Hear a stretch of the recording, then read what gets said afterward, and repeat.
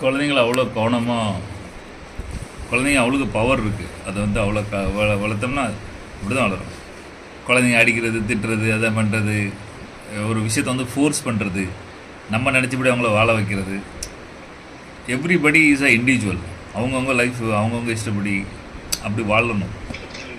பெத்த பிள்ளையாக இருந்தாலும் சரி, கட்டின பொண்டாட்டியாக இருந்தாலும் சரி, புருஷனாக இருந்தாலும் சரி, அம்மா அப்பாவாக இருந்தாலும் சரி, அண்ணன் தம்பியாக இருந்தாலும் சரி, எல்லோரும் சரி, எல்லோரும் தனி இண்டிவிஜுவல். இந்த வயசில் நான் வந்து இந்த பிள்ளைக்கு ஃபுல் ஃப்ரீடம் கொடுங்க. அது என்ன செய்யணுமோ செய்யலாம்.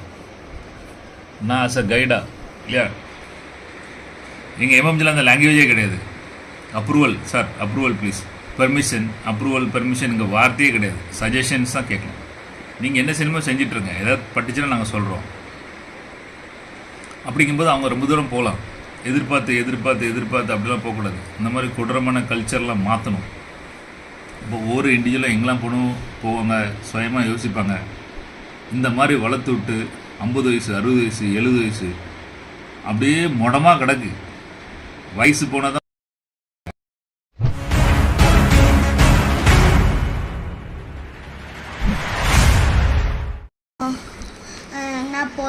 நான் ரித்திக் வீட்டுக்கு போகலாமா இல்லையா, அது தப்பு.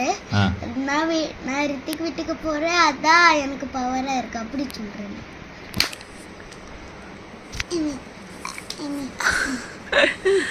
அதில் என்ன பவர் இருக்குது? ரெண்டுக்கு என்ன வித்தியாசம்? ரெண்டுக்கா?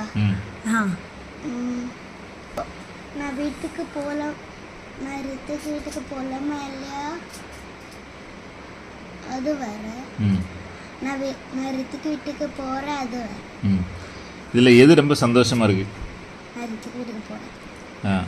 அதில் என்ன கஷ்டமாக இருக்குது? நான் ரித்திக் வீட்டுக்கு போகலாமா இல்லையா அது ஏன் கஷ்டமாக இருக்குது? அது ஏன்னா அது பெரிய வேடை இருக்கு. சரி, வேற என்ன வேடை இருக்குது? ஏன் பிடிக்கல அது? சின்ன வேடை கூட பண்ணலாமலா? ரித்திக் வீட்டுக்கு போகலாமா? அது சின்ன வேடை தானே. அப்போ ஈஸி தானே அது. அப்போ அப்படி கேட்கலாம்ல. அதில் வந்து நீ நினச்சது செய்ய முடியாது. போகலாமா வேண்டாமான்னு கேட்டால் ஆப்போசிட்டில் யார் சொன்னாங்களோ அவங்க சொன்னதான் நீ கேட்கணும். அதுதான் உனக்கு கஷ்டமாக இருக்கும். ரித்திக் வீட்டுக்கு போகலாமா வேண்டாமா அப்படின்னா யார் முடிவு பண்ணுவா? நீ யார்கிட்ட கேட்க அவங்க தான் முடிவு பண்ணுவாங்க போகணுமா வேண்டாமான்னு.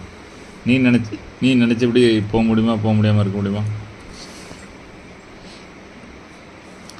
ரித்திக் விட்டு போகலாமா வேண்டாமான்னா யார் ரிசல்ட் சொல்லுவா? நீ வந்து ஒரு ஆள்கிட்ட கேட்க, நான் ரித்திக் விட்டு போகலாமா வேண்டாமா அப்படின்னா யார் சொன்னால் நீ போக முடியும், யார் சொன்னால் போக முடியாது. அவங்க போகணுன்னு சொன்னால் தான் நீ போக முடியும். அவங்க வேண்டான்னு சொன்னால் ஏன் உனக்கு அது கஷ்டமாக இருக்குது தெரியுதா? ஏன்னா உனக்கு போகணுன்னு ஆசையாக இருக்கும், ஆனால் அவங்க போக வேண்டான்னு சொல்லுவாங்க. அப்போ கஷ்டமாக இருக்கும் இல்லையா? அதுக்கு தான் அது பிடிக்காது. நான் ரித்திக் வீட்டுக்கு போகிறேன், அது சந்தோஷமாக இருக்கும். ஏன்னா அது யார் முடிவு பண்ணுதா?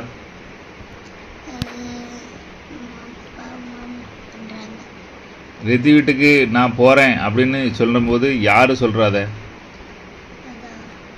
நீ சொல்கிறியா வேறு யாரும் சொல்லுவாங்களா? அப்போ நீயே முடிவு பண்ணி நீயே செஞ்சனா எப்படி இருக்கும்? எல்லாமே நீயே முடிவு பண்ணுத. போனாலும் போனாலும் போக மாட்டேன், இருக்குன்னா இருப்ப. அது ஹாப்பியாக? வேறு யாரும் சொன்னால் தான் செய்யணும், அது ஹாப்பியாக? நல்ல பவர் கிடைக்கா? அப்போ ஏன் எல்லோரும் சொல்ல மாட்டேங்க அப்படி? எல்லோரும் உங்கள் ஃப்ரெண்ட்ஸும் எல்லாம் அம்மாட்ட கேட்டு அப்பாட்ட கேட்டு தானே செய்வாங்க. நேற்று கூட அந்த 2 பையனும் பொண்ணு கீழே விளையாண்டுருந்தாங்களா? அப்போ சொல்லாங்க, வா நம்ம பால் வாங்கிட்டு வரோம் அப்படின்னு. அவங்க அக்கிட்ட கேட்காங்க, நான் போட்டுமா? அப்போது அம்மா திட்டும்ல, அம்மாட்ட கேட்கலையே, நீ போனால் சொல்லிவிட்டு தான் அப்படின்னு. அப்போ வெளியே போகிறது கூட எல்லாம் கேட்டு தான் போகிறாங்க. எஸ், ஒரு விஷயம் ரொம்ப கவனம் என்னென்னா, குழந்தைங்க தெரியாமல் பண்ணிடுவாங்க, தப்பு போடுவாங்க. அதுக்கு தான் சொல்லணும். நீ சொல்லும்போது ஒரு ஆள் ரித்திக்கிட்டு போத ரொம்ப தூரம் அங்கே வெயில் அப்படின்னா நான் சொல்லுவேன். ஆனால் நீ என்கிட்ட பெர்மிஷன் கேட்கக்கூடாது. பெர்மிஷன் கேட்கலன்னா நீ ரொம்ப ஸ்ட்ராங்காக வருவேன். இப்போதான் புரியுது எனக்கு. என்ன புரியுது? நான் அம்மாட்ட கேட்காம என் ஃப்ரெண்ட்ஸு கூட நான் கடைக்கு போயிடுவேன்.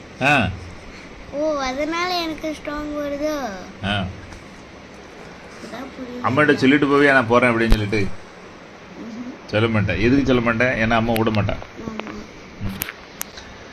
ஆனால் என்ன தெரியுமா, அப்படி தெரியாமல் போனால் அம்மாக்கு தெரியும் தெரியாது நீ போயிருக்கேன்னு. திடீர்னு போன இடத்துல ஏதாவது ஆயிடுச்சு அப்படின்னா எங்கே தேடுவாங்க? தெரியாது இல்லையா? ஆமா. நான் வந்து போகணுமா வேண்டாமான்னு கேட்கணும் சொல்லலை, ஆனால் போகிறேன்னு சொல்லணும்னு சொன்னேன். ஏன்? அதுக்கு தான் நான் போகிறேன்னு சொல்லிட்டு போகணுன்னு சொன்னேன். நான் இது சொன்னேன்னா சொல்லாமலே நீங்கள் போகலாம் அப்படி சொன்னேன்னா அப்படி சொல்ல எடுத்துக்கிட்டு போகிறேன்னு சொல்லிட்டு போனேன். அம்மாக்கிட்ட சொல்கிறதுக்கும் எனக்கு சொல்கிறதுக்கும் என்ன வித்தியாசம்? அம்மாட்ட சொன்னா முடியாது ஐய் அப்படி சொல்லியிருப்பேன். நான் அப்படி சொல்ல மாட்டேன். இதனால போ அப்படி சொல்லுவேன். ஆனால் எனக்கு எதுவும் ஒன்று திடீர்னு எங்கே இருக்குன்னா டக்குன்னு ரித்திக்கிட்டு ஃபோன் பண்ணுவேன். ஏன்னா ரித்திக்கிட்டதுக்கு நான் சொல்லிட்டு தானே போயிருக்கேன் அப்படின்னு. ஸோ நான் உனக்கு ஃப்ரீடம் கொடுக்கேன், உன்னை கவனமாக இருக்கேன், நீ எனக்கு தெரியாமல் எதுவும் செய்ய மாட்டேன். ஏன்னா நான் எதுனாலும் ஓகே சொல்லிடுவேன்.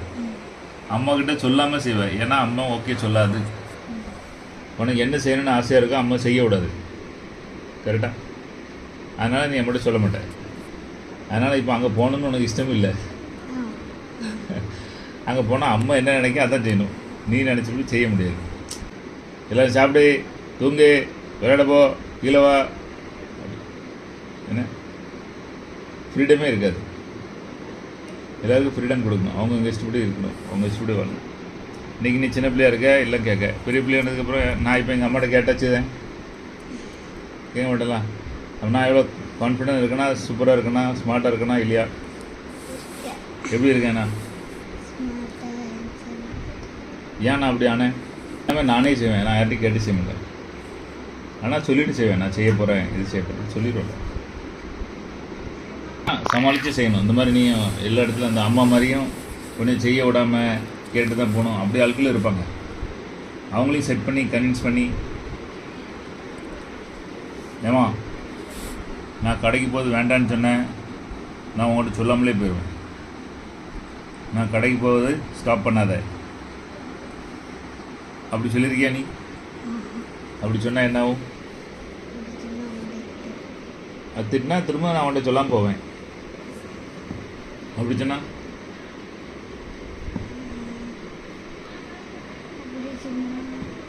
எல்லாருக்கும் தெரியாமல் செஞ்சால் கொலை, பயம், ஃபியர். அவங்களாம் டேரிங் கிடையாது, கெத்து கிடையாது. சொல்லிட்டு செஞ்சால் தான் கெத்து. நான் கடைக்கு போகும்போது ஸ்டாப் பண்ணக்கூடாது. ஃப்ரெண்ட்ஸ் கூட வந்து நான் கவனமாக போயிட்டு கவனமாக வந்துடுவேன். நான் ரோட் சைடு கூட போயிட்டு ரோட் சைடில் வந்துடுவேன். சரியா? என்னை ஸ்டாப் பண்ணக்கூடாது. என்னை ஸ்டாப் பண்ணேன் நான் உன்ட்டு சொல்லாமல் போவேன். அப்போ நான் சொல்லாமலும் சொல்லக்கூடாது. ஓகேவா? இப்படி மம்மிகிட்ட பேசுறியா நீ? பேசுவியா? ஆ ஆ எதுக்கு அப்படி பேசணும்? அப்போ தான் நீ நினச்ச மாதிரி வாழ முடியும். உனக்கு ஃப்ரீடம் அப்போ தானே கிடைக்கும்.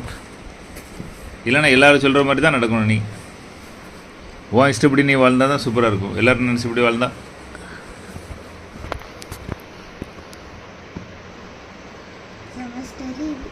செம ஸ்டோரியா? கான்டென்ட் எவ்வளோ ஸ்ட்ராங்குன்னு வாங்க. என்னது செம்மையாக இருக்குது? ஆ இதில் என்ன ரொம்ப பிடிச்சிருக்கு உனக்கு? அதில் என்னெல்லாம் சொல்லு ஒன்று ஒன்றா?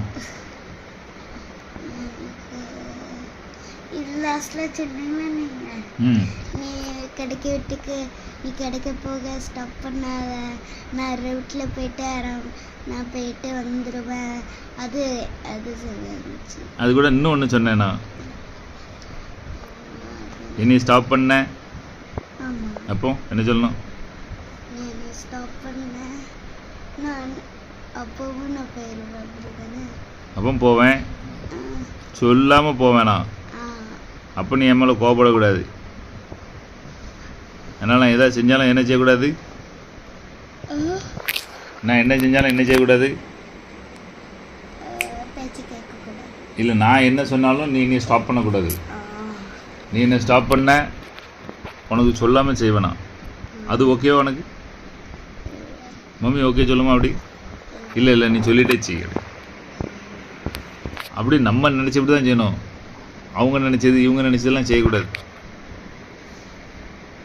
நீ நினச்சபடி வாழணுமா, எல்லாரும் நினச்சபடி வாழணுமா? உன் லைஃப்பை உனக்கு எப்படி தோணுதோ அப்படி வாழணுமா, அவங்க நினச்சபடி இவங்க நினச்சபடி எப்படி வாழணும் உனக்கு? என் லைஃப்ல எது பிடிச்சிருக்கோ அது வாழணும். அவங்க நினச்சி அப்போ அவங்க பேச்சு கேட்டு கேட்டு வாழ்ந்தா யார் நினச்சபடி வாழ்கிறோம்? வேற யாரும் போயிடுச்சு. நினச்சபடி வாழலாம். அப்படி வாழ்றது நல்லதா, நம்ம நினச்சபடி வாழ்றது நல்லதா? நம்ம நினைச்சு வாழ்க்கை. கிளியர்? இல்ல.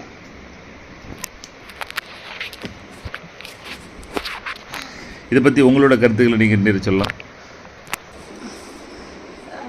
சில விஷயங்களை எவ்வளோ ஸ்ட்ராங்காக பிடிச்சிக்கிடுவாங்க அப்படின்னா, இங்கே பாருங்க, நான் வந்து தூரமாக வந்துட்டேன், ரெக்கார்டிங் வந்து அங்கே இருக்குது, அப்போ கேட்காதுல்ல, அதனால ஃபோனை வந்து பக்கத்தில் தராங்க.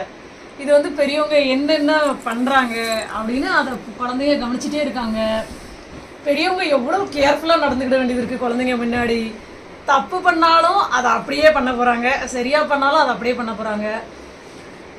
அந்த பிள்ளைங்க யாரை வந்து இன்ஸ்பைரிங்காக பார்க்குதோ அவங்க என்ன சொன்னாலும் சரின்னு சொல்லும். அந்த பிள்ளைகள் யார் அந்த பிள்ளைகளை பெஸ்ட்டாக, அவங்க தான் பெஸ்ட் அப்படின்னு பார்க்கும், என்ன சொன்னாலும் செய்ய போகிறாங்க. இவங்க ஜோஷ் பண்ணுற ஒரு விஷயமும் நான் பார்க்கும்போது அப்படியே ஷேர் பண்ணுற மாதிரி இருக்கும். நைட்டு போல் கரெக்டாக அவங்களோட ஃபோனை கொண்டு போய் சார்ஜ் போடுவாங்க, அப்படியே நான் ஷேர் பண்ண மாதிரியே பார்க்கேன். அப்புறம் வந்து இப்போ சொல்லி கொடுத்த விஷயத்துல இருந்து ஒரு கேள்வியாக கேட்க கேட்க அவருக்கு புரிஞ்சுக்கிட புரியலைன்னா ஃபேஸில் ரியாக்ஷன் காட்டுதாரு, மறுபடியும் எக்ஸ்பிளைன் பண்ணணும் அவருக்கு. அந்த மாதிரி ஒரு விஷயம் புரிஞ்சுக்கிட்டு பண்ணுறதை பார்க்க ரொம்ப ஷாக்கிங். ஜோஷன் இல்லை, இந்த ஜென்ரேஷன் பிள்ளைங்களில் ஜோஷ் வந்து அட்வான்ஸ்டு வெர்ஷன் அந்த மாதிரி இருக்காங்க.